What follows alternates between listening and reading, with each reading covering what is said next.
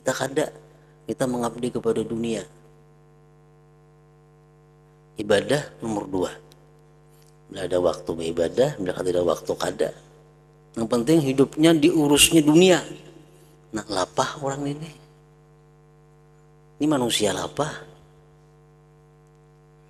Padahal jalan yang nyaman ada baginya untuk mendapatkan dunia itu.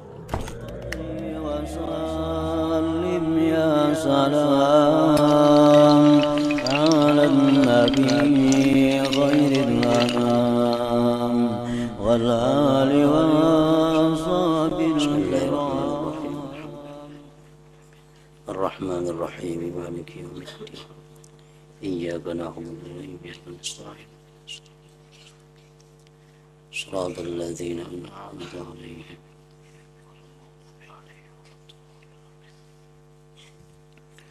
بسم الله الرحمن الرحيم. الحمد لله رب العالمين وبه نستعين على أمور الدنيا والدين والصلاة والسلام على أشرف الأنبياء والمرسلين سيدنا مولانا محمد وعلى آله وصحبه أجمعين. Qala al-musannifu rahimahullah wa nafa'ana bi'ulumihi bid-dharaini amin. Bismillahirrahmanirrahim. Alhamdulillahi rabbil alamin. Wassalatu wassalamu ala asyrafil mursalin Sayyidina wa maulana Muhammadin wa alihi wa sahbihi ajma'in, amma ba'du. Segala puji bagi Allah, penguasa seluruh alam,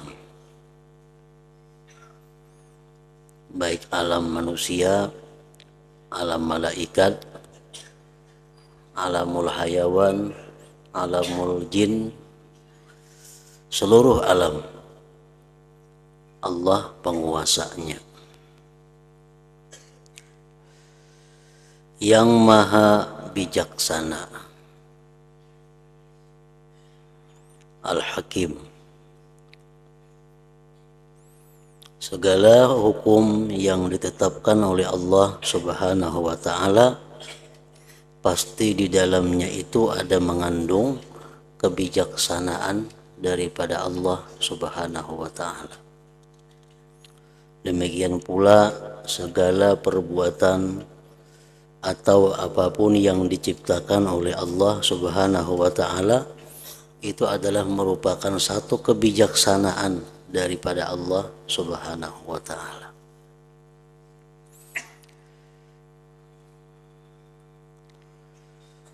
Antara lain contoh tentang kebijaksanaan hukum-hukum Allah Subhanahu wa ta'ala, orang yang sembahyang. Allah Subhanahu wa ta'ala mewajibkan kepada setiap orang Islam untuk sembahyang 5 waktu.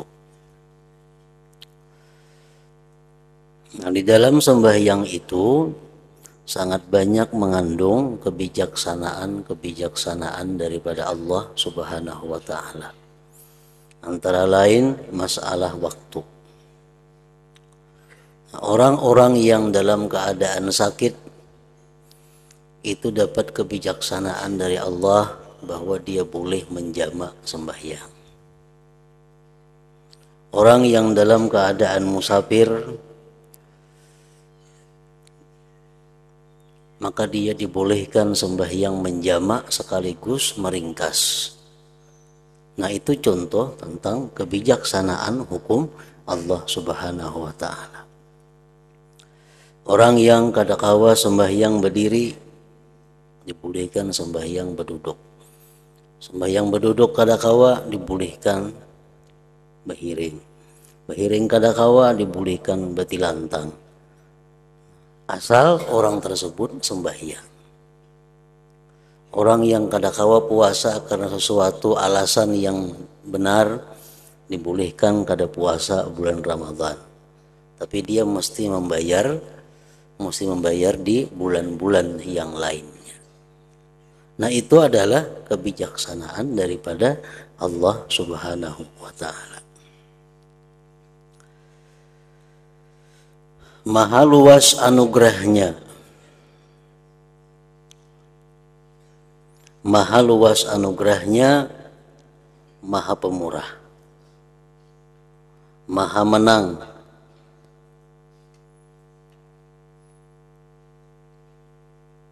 Artinya apa? Allah Subhanahu wa ta'ala itu kadakawa dimusuhi, Allah kadakawa dilawan, karena Allah itu maha menang.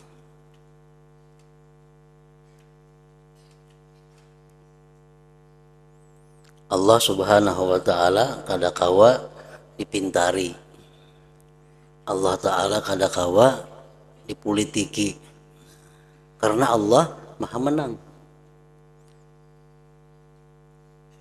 Wa makaru wa makarallah wallahu khairul makirin. Mereka itu memperdaya, menipu akan Allah, tapi Allah menang dalam hal tipuan mereka itu. Maha pengasih yang menciptakan manusia dalam bentuk yang paling baik.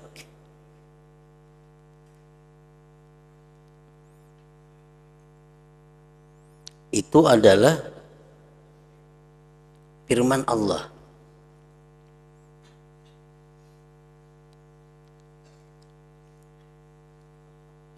Laqad khalaqnal insana fi ahsani taqwim. Allah menciptakan makhluk yang paling baik, kejadiannya itu adalah manusia.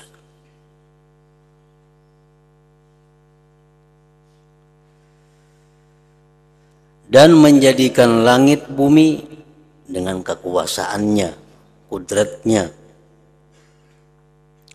serta mengatur semua urusan di dunia dan akhirat dengan kebijaksanaannya.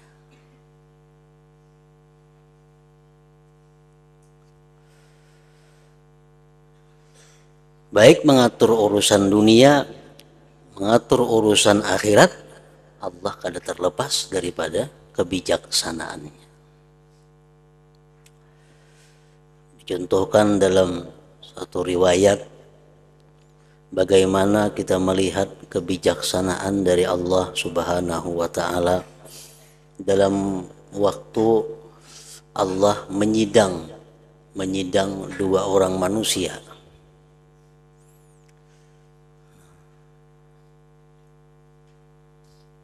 Ada yang zalim, ada yang mazlum, ada yang menganiaya dan ada yang dianiaya. Keduanya disidang oleh Allah Subhanahu wa ta'ala di akhirat lainnya. Nah, kemudian orang yang dizalim ini kada mau melepaskan orang yang menzalimnya. Dia mesti dituntut, mesti dibalas. Sangat keberatan orang yang dizalim ini andai kata yang menzalim itu masuk surga. Karena dalam dunia dia dizalimi.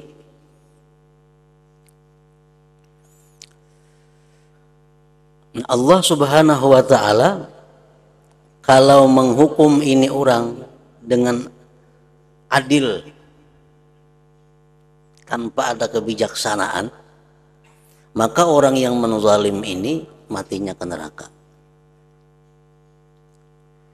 Dan orang yang dizalim itu pun belum tentu ke surga, karena masih mempertimbangkan yang lain-lainnya. Nah, tetapi Allah Subhanahu wa ta'ala dengan kebijaksanaannya menawarkan kepada orang yang dizalim. Ujar Tuhan, wahai orang yang dizalim, lihat ke atas. Lihat ke atas. Kalau orang yang dizalim ini memandang ke atas, melihat begitu indah mahligai istana. Ujar yang dizalim tadi, itu istana siapa ya Allah? Ujar Tuhan, itu istana bagi siapa yang mau menukari.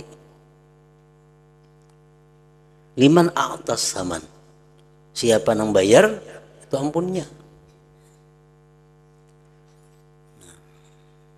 Apa garang bayarannya? Ujar nang dizalim tadi. Ujar Tuhan bayarannya kalau ikam mau meridai orang yang menzalim ikam ini, ikam dapat istana itu. Nah akhirnya apa? Orang yang dizalim ini mau meridai orang yang menzalim. Akhirnya kedua-duanya masuk ke dalam surga Allah Subhanahu wa ta'ala.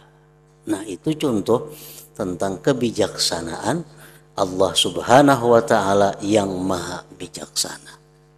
Dan seluruhnya apapun yang dihukumkan oleh Allah, apapun yang diberikan oleh Allah kepada kita, itu sudah paling bijaksana dari Allah Subhanahu wa ta'ala. Kenapa aku jadi macam ini? Kenapa aku jadi kayak ini? Ada perlu dibahas, ada perlu diiktirat. Karena Allah memberikan itu sudah melalui kebijaksanaan Allah yang maha bijaksana. Alaihissallah biahkamil hakimin. Surah At-Tin yang selalu kita baca. Alaihissallah biahkamil hakimin. Allah itu paling bijaksana di antara orang yang bijaksana.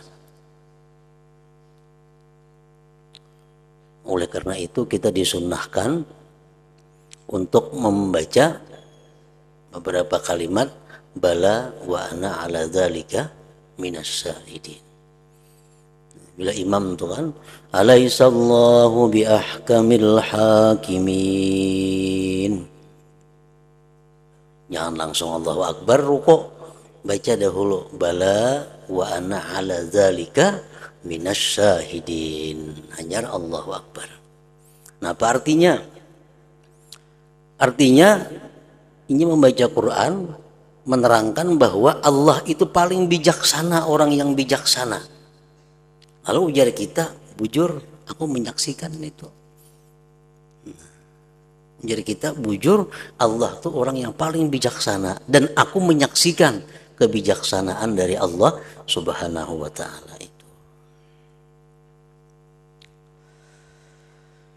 Dia menciptakan jin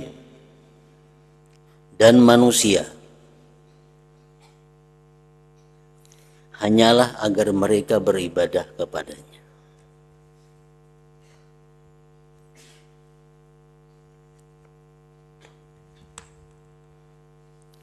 Dia menciptakan jin dan manusia hanyalah agar mereka beribadah kepadanya.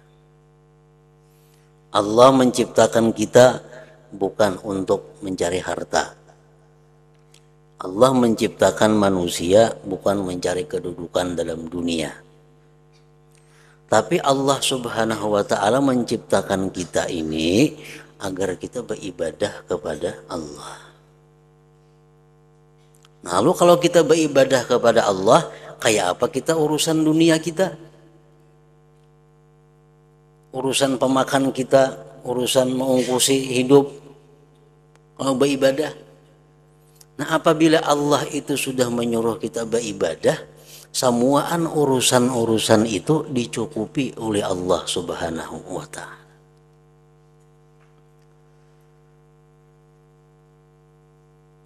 Apabila kita hidup ini bujur-bujur sesuai dengan aturan Allah, yaitu hidup itu untuk ibadah, maka urusan dunia itu akan dicukupi oleh Allah.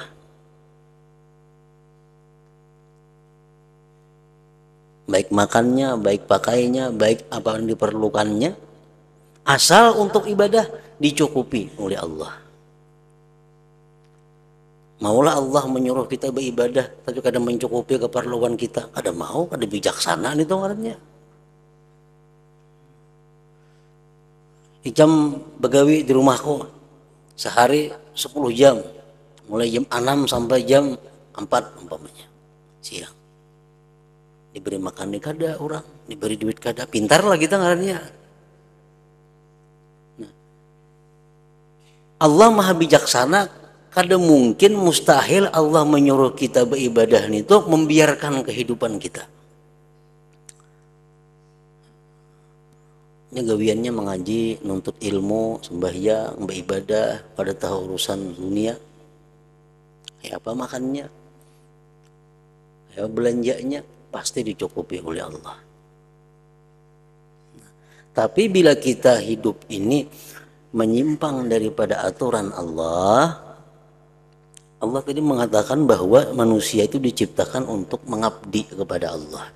Kita kada, kita mengabdi kepada dunia. Ibadah nomor 2. Bila ada waktu beribadah, bila ada waktu kada. Yang penting hidupnya diurusnya dunia. Nah, lapah orang ini. Ini manusia lapah. Padahal jalan yang nyaman ada baginya untuk mendapatkan dunia itu, yaitu dengan jalan ibadah.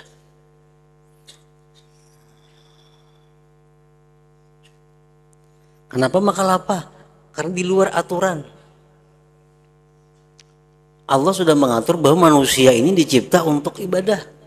Apapun yang diperlukannya dicukupi oleh Allah. Ada inya kada, inya hidup untuk mencari dunia. Nah, lapah itu. Dan Allah kada menjamin orang yang mencari dunia itu bakal kaya, kada menjamin. Allah kada menjamin orang yang sekolah tinggi pasti dapat kedudukan, kada menjamin. Banyaknya orang yang siang malam berusaha hidupnya fakir miskin. Banyaknya orang yang bertital jadi pengangguran. Sarjana S1, S2. Makan goreng 4 mintuha. Kada ada pekerjaan. Kenapa? Allah kada menjamin orang yang mencari dunia berhasil, kada menjamin. Tapi kalau kita hidup dalam aturan Allah, kita beribadah, Allah menjamin.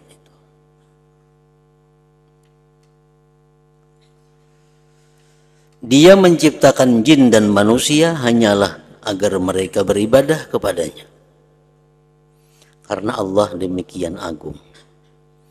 Karena Allah demikian agung, maka jalan menuju kepadanya adalah jelas.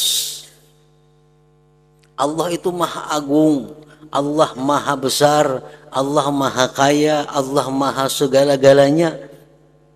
Nah, kalau zat seperti itu, jalan menujunya itu kada sempit. Jalan menujunya itu kada tersembunyi. Maka jalan menuju kepadanya adalah jelas.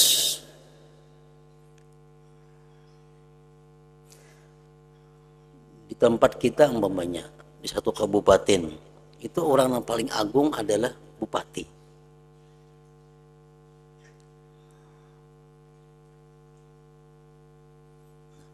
Bupati di situ rumahnya. Jalan menuju ke rumah sidin jelas. Jalan mana kita tembus, jalan sini, jalan sana. Itu orang besar. Kada tersembunyi. Lain rumah orang yang kada terkenal, mau sasat kita mencari. Ini rumah orang kecil, orang yang kada dikenal orang, dalam gang pulang beandak. Mau kita kasih tu kamari betakun. Tapi kalau rumah orang besar, itu jalannya jelas, nampak. Tinggal kita aja lagi mau kadanya ke situ. Kalau sasat, kada betah sasat, sana ke rumah bupati.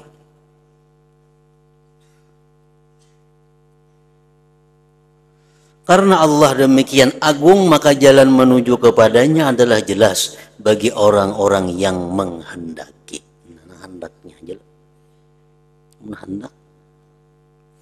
Dan bukti keagungan Allah juga terang bagi orang-orang yang mau berpikir. Allah Ta'ala agung, Allah Ta'ala maha besar.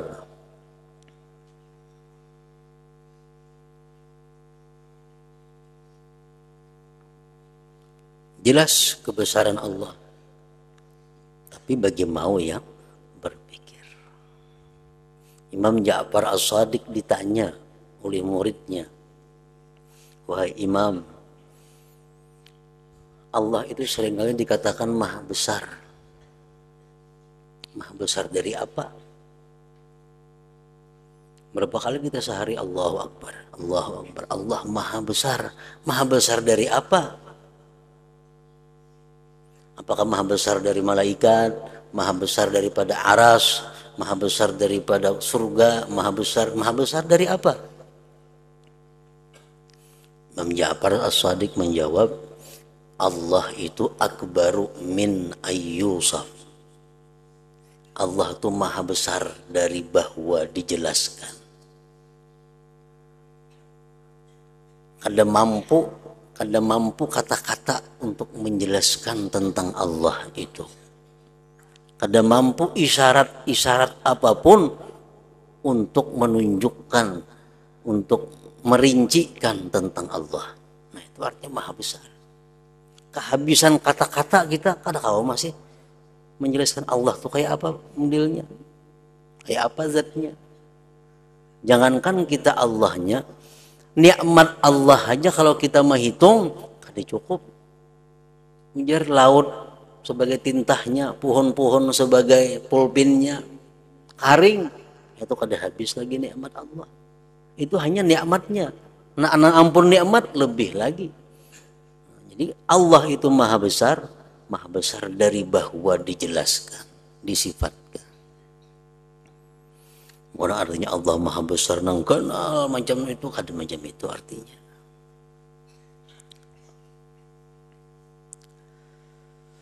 Namun harus pula diingat bahwa Allah kuasa menyesatkan siapa saja. Allah itu bisa menyesatkan siapa saja yang dia kehendaki, dan kuasa menunjuki orang yang dia kehendaki.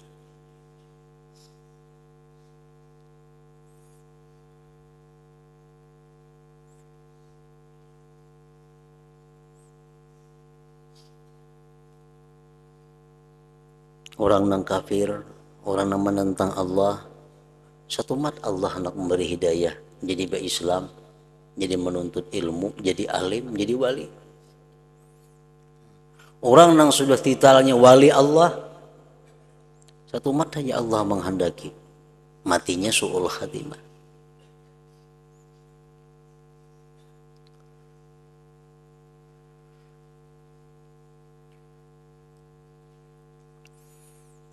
Diceritakan di suatu kampung ada seorang pendeta.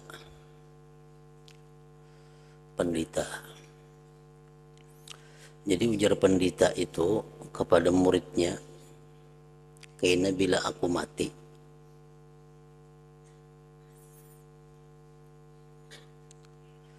maka dilaksanakan aku secara Islam."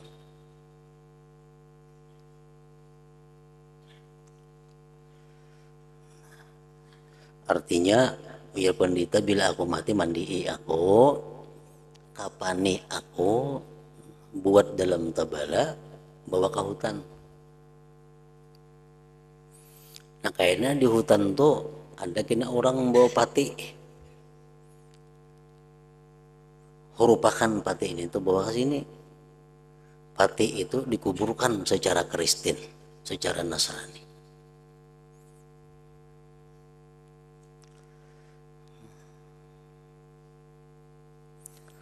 Di kampung sebelah sana ada seorang ulama berpesan kepada muridnya, "Bila aku mati, jangan dikapan, jangan dimandi, aku buat dalam pati. Kena bawa ke hutan sana. Di situ kena ada pati berhuruf. Nah, pati orang tuh bawa ke kampung sini. Nah, kuburkan secara Islam." Ringkas cerita, sampai harinya mati si pendeta tadi. Sesuai pesan pendeta, mati dimandii, kapan? Bawa ke hutan. Karena merupakan di sana ada orang membawa tebala juga. Allah Subhanahu wa ta'ala mengatur dalam saat yang bersamaan tak imbai matinya antara si pendeta lawan si ulama ini. Jadi si pendeta ini mati sesuai pesannya, mandi di kapan, bawa tabalanya sampai ke hutan, kayaknya merupakan tabala yang dibawa orang sana, kuburakan di kubur Kristen situ. Si ulama ini mati, pasan ulama apa? Aku mati langsung buat dalam pati, bawa kena ke hutan, merupakan lawan tabala yang sebutingnya, kubur secara Islam. Bawa ke hutan, pas ada orang yang membawa tabala, bahuruf. Jadi si ulama tadi dikuburkan secara Nasrani, si pendeta dikuburkan secara Islam. Nah, kenapa demikian terjadi? Itu adalah di waktu pendeta ini hendak mati, mengucap 2 kalimat syahadat Islamnya. Nah, si ulama ini begitu hendak mati dicabut Tuhan imannya, berkafir. Nah, jadi Allah Subhanahu wa taala sangat mudah untuk menyesatkan orang yang Dia kehendaki dan memberi petunjuk kepada orang yang Dia kehendaki.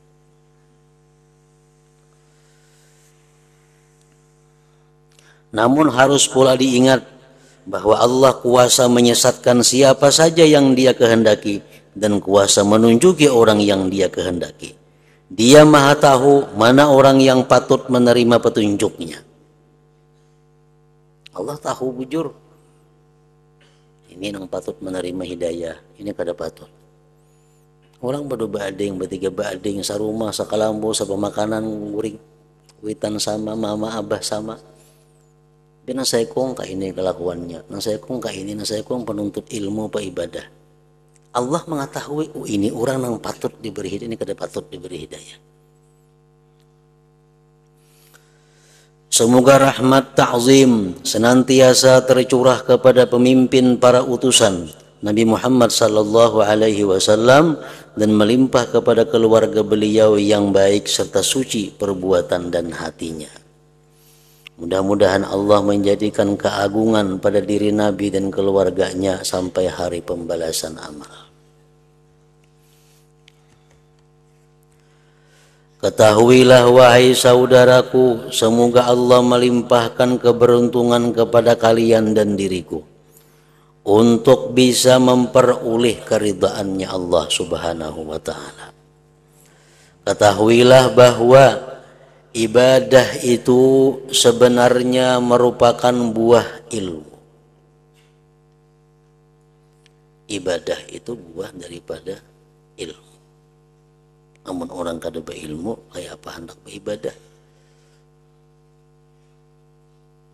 Ibadah itu sebenarnya merupakan buah ilmu. Faidah umur hidup di dunia. Ibadah itu adalah manfaatnya umur. Hasil yang diperoleh para hamba yang kuat. Ibadah itu adalah hasil yang diperoleh para hamba yang kuat. Ibadah itu pula harta niaga para wali kekasih Allah. Ibadah itu cara hidup orang-orang yang bertakwa. Ibadah itu bagian orang-orang mulia. Ibadah itu pekerjaan orang-orang sempurna dan merupakan pilihan orang yang memiliki penglihatan hati. Manusia ada mempunyai 2 mata. Mata yang pertama disebut basar. Ya, mata yang hirang ini. Itu mau kaur, mau min, mau plus. Ada manusia mempunyai basirah, mata hati.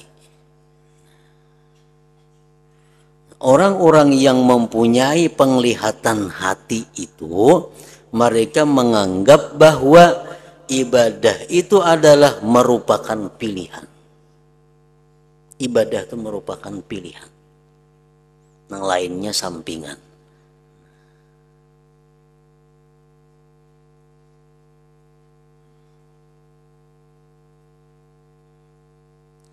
Ibadah adalah jalan keberuntungan dan jalan menuju surga.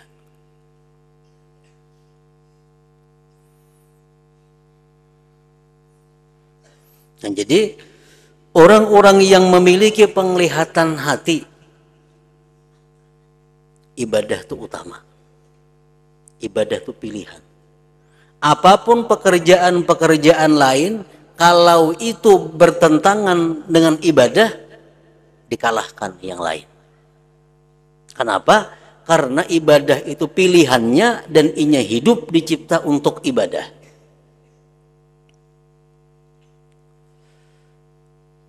Belajar hidup nang kayak HP. HP ini itu diciptakan untuk alat telekomunikasi berhubungan. Itu gunanya HP. Untuk menghubungi siapa atau menerima panggilan siapa, itu HP. HP diciptakan untuk berhubungan. Rahatan kita memutar nang apa aja di HP ini tuh, kalau ada masuk panggilan, pagat kisahnya nang pun kita putar nih tuh. Bahkan jam melatih gambar-gambar di HP, melatih gambar.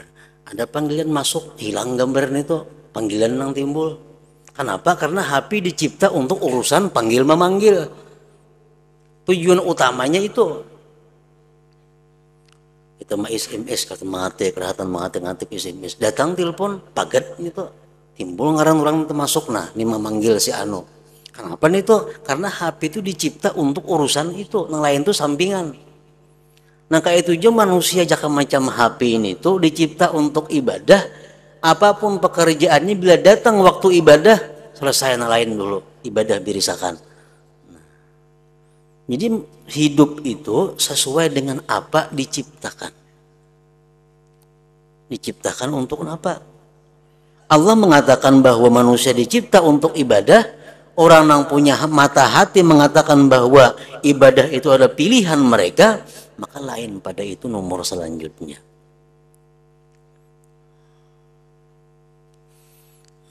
Namun kita rahatan menulis SMS, rahatan memeriksa gambar, ada orang memanggil kita, panggilan telepon, ada masuk panggilan orang, ini HP-nya kada normal ini. Ada normal HP-nya, buat kasih replace nih tuh. Nanti gambar kamu mutar lagu kah? Ada orang memanggil, panggilan orang, ada kau masuk, HP-nya kada baik. Menyalahi aturan. Nah kayak itu aja manusia yang diciptakan untuk ibadah, asik begawi, bekerja urusan dunia, datang waktu sembahyang, datang waktu pengajian, kada tahu, asik begawi, ini manusia kada baik. Nampak dibawa ke servis manusia ini.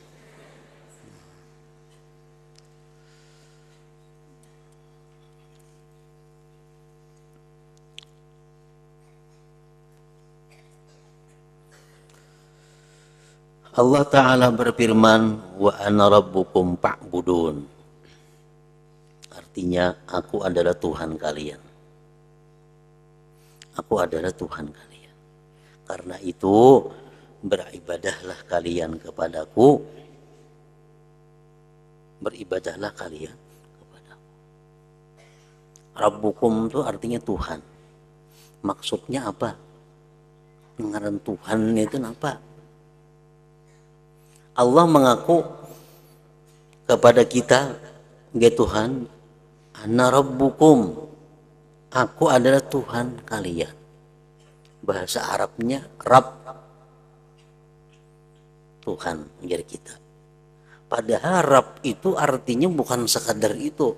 Rabb itu artinya adalah pencipta, perencana, pencipta, pemelihara, penguasa, pemberi segala-galanya. Itu Rabb. Nah jadi dia Tuhan, aku iya nang merencanakan ikam ini aku, nang maulah ikam nih aku, nang beri makan ikam tuh aku, nang menyihatakan ikam aku, nang melihara ikam sehingga bisa selamat aku. Beribadahlah kepadaku. Nah itu artinya maka ikam menyembahlah.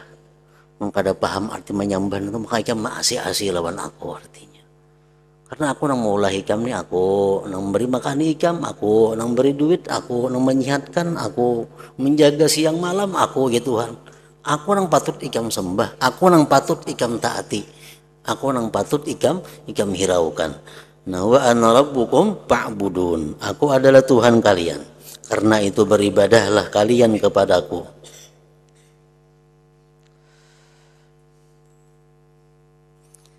Dalam ayat lain Allah Ta'ala berfirman, Inna hadza kana lakum jazaa'a wa kana sa'yukum mashkura.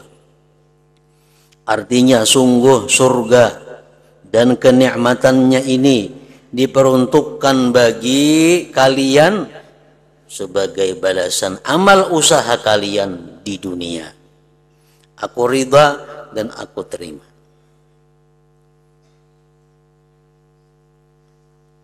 Jadi surga itu merupakan jazaul amal, balasan amal yang kita perbuat di dalam surga, di dalam dunia ini. Selanjutnya ujar pengarang, aku Imam Al-Ghazali merenungkan tentang ibadah ini serta menelusuri jalan-jalannya sejak permulaan hingga akhir tujuan yang menjadi harapan para penempuhnya. Ternyata jalan ibadah adalah jalan yang sulit dilalui.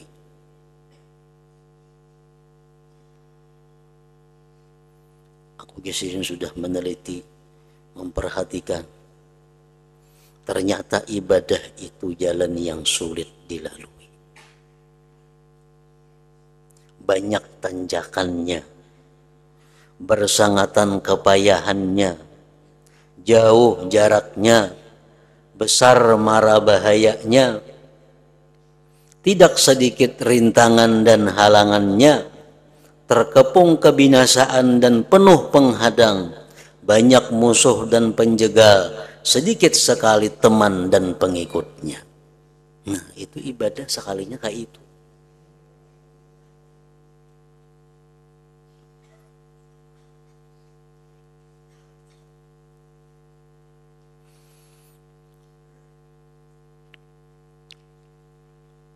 Kalau kita hendak bertemu dengan kepala negara, presiden, maka kita ada patuh presiden itu. Tahu ngaran benar, SBY presiden kita. Ada patuh, ada pertemuan kada biasa, rumahnya tahu di situ. Nah, kita hendak ke rumah sidin, saling ngalihan itu. Berapa rintangan yang dilalui. Salah kita bisa mati di tengah jalan melalui ini, pemeriksaan ini, pemeriksaan itu. Nah, antriannya panjang, hanya kau berjumpa. Maka itulah ibadah. Apalagi menuju Allah yang sangat maha besar dari segala yang besar. Nah, tapi ini untuk orang-orang yang kada kenal, yang kada patuh. Amun orang yang sudah akrab lawan presiden yang siang ke malam bahas itu kada berjaga-jagaan lagi, kada ada lapahnya lagi, bahkan rame. Nah, kayak itu juga orang lawan Allah Subhanahu wa taala ini kalau sudah merasa dekat, merasa kenal dengan Allah, kadangnya sulit bang ibadah itu. Kenapa kita sulit ibadah? Karena kita kada patuh. Nang disembah nih kada tahu dengaran aja Allah ngarannya, tapi kada tahu nang kayak apa kelakuan Allah, kayak perbuatannya kada tahu. Tahu ngaran aja, mungkin jadi orang juga. Nah, saling lapahan itu. Halangannya banyak. Ada syaitan, ada dunia, ada nafsu, macam-macam menghalangi kita supaya jangan beribadah, jangan bertemu dengan Allah. Nah, karena kita kada patuh dengan Allah. Kalau kita kenal lawan Allah, kada ada halangannya untuk berjumpa Allah.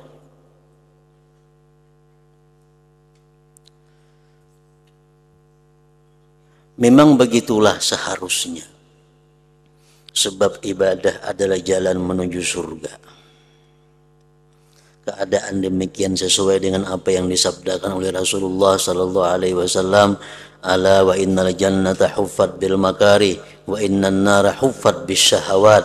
Artinya ingatlah, sesungguhnya surga itu dikelilingi oleh berbagai jalan, berbagai hal yang dibenci. Sedangkan neraka dikelilingi oleh bermacam kesenangan nafsu. Nak masuk neraka paling nyaman, guring aja masuk neraka sudah kita. Kada bahasa bayangan, berpuasaan, guring aja masuk neraka. Ada ngalih. Masuk surga kada kawa kayak itu.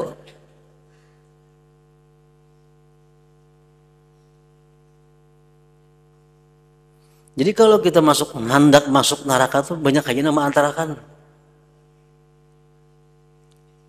Kendaraannya banyak, gratis. Masuk neraka kadang ngalih. Kalau hendak masuk ke surga, nah itu maka ngalih. Karena ujar Nabi, surga itu dikelilingi oleh berbagai hal yang dibenci, sedangkan neraka dikelilingi oleh bermacam kesenangan nafsu. Rasulullah SAW bersabda, ala wa innal jannata haznun dirabwatin ala wa innan nara sahlun bisyahwatin. Artinya ingatlah, surga itu bagaikan tanah rumpil di tempat ketinggian. Ingatlah, neraka itu bagaikan tanah yang lapang di tempat yang rata. Ibaratnya gugunungan tuh. Gugunungan ini di bawah sini neraka. Biar sepeda kita habis bensin, itu mengelunyur sud sampai ke neraka situ. Nyaman nih jalan ke neraka tuh. Ngomong kita bisa bijak ada betunjakan gin sampai ke neraka situ. Nah kalau menuju surga kada kawa betunjak gin bisa kada sampai karena andaknya tinggi. Di tempat ketinggian. Di samping itu pulang manusia demikian lemah. Manusia demikian lemah. Mengetahui lemahnya manusia. Mengetahui lemahnya kita. Jangan guring 3 hari 3 malam, ketahuan tuh lemahnya kita.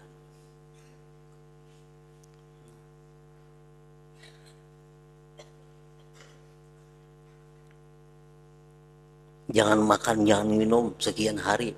Tahu tuh lemahnya kita. Maka ibadah ini sangat berhubungan lawan kada makan, kada guring, kada minum itu. Manusia demikian lemah dan masa begitu sulit. Laku agama semakin mundur dan waktu luang untuk beribadah sangat sedikit. Pekerjaan selain ibadah banyak sekali. Macam-macam urusan. Ada habis-habis untung ini itu. Pekerjaan selain ibadah banyak sekali. Dan umur amat singkat. Serta gegabah dalam beramal. 17 kalakas.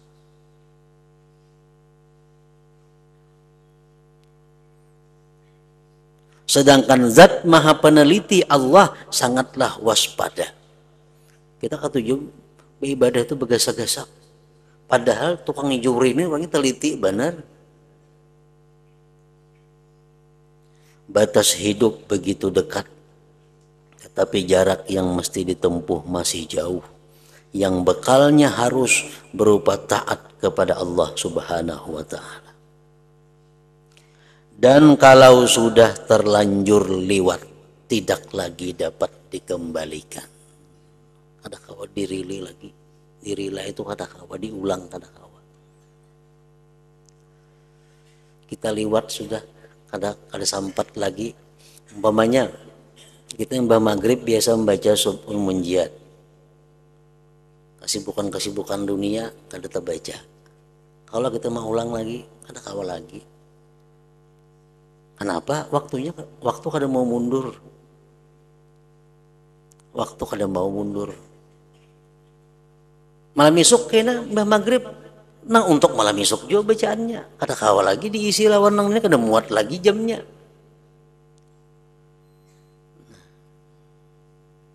Misal kita bila jam 3 subuh, jam 3 malam kita beribadah kepada Allah sampai jam 4 umpamanya. Itu waktu yang sangat mulia. Kesibukan apa tahu ringan kalapahan. Kaulah kita membayar ada kau lagi. Malam esok panggana jam 3. Nang sagan malam esok juga itu malamnya lain malam ini. Nah kada kau diulang lagi. Jadi kalau urusan dunia banyak kayak ulang-ulang itu kau aja. Kalau urusan akhirat sekali kita rugi kada akan bisa menambah.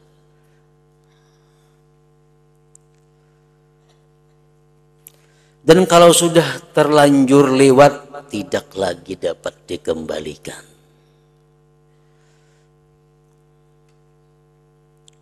Karena itu barang siapa sanggup berbuat taat berarti dia orang yang beruntung selama-lamanya. Sebaliknya barang siapa tidak taat, tidak beribadah kepada Allah, niscaya ia merugi bersama orang-orang yang merugi dan celaka bersama orang-orang yang celaka. Nauzubillah min dzalik. Nah, ingat situ. Jadi ibadah merupakan suatu hal yang sukar. Hadratin Nabi sallallahu alaihi wasallam. Al-Fatihah. Iyyaka na'budu wa iyyaka nasta'in.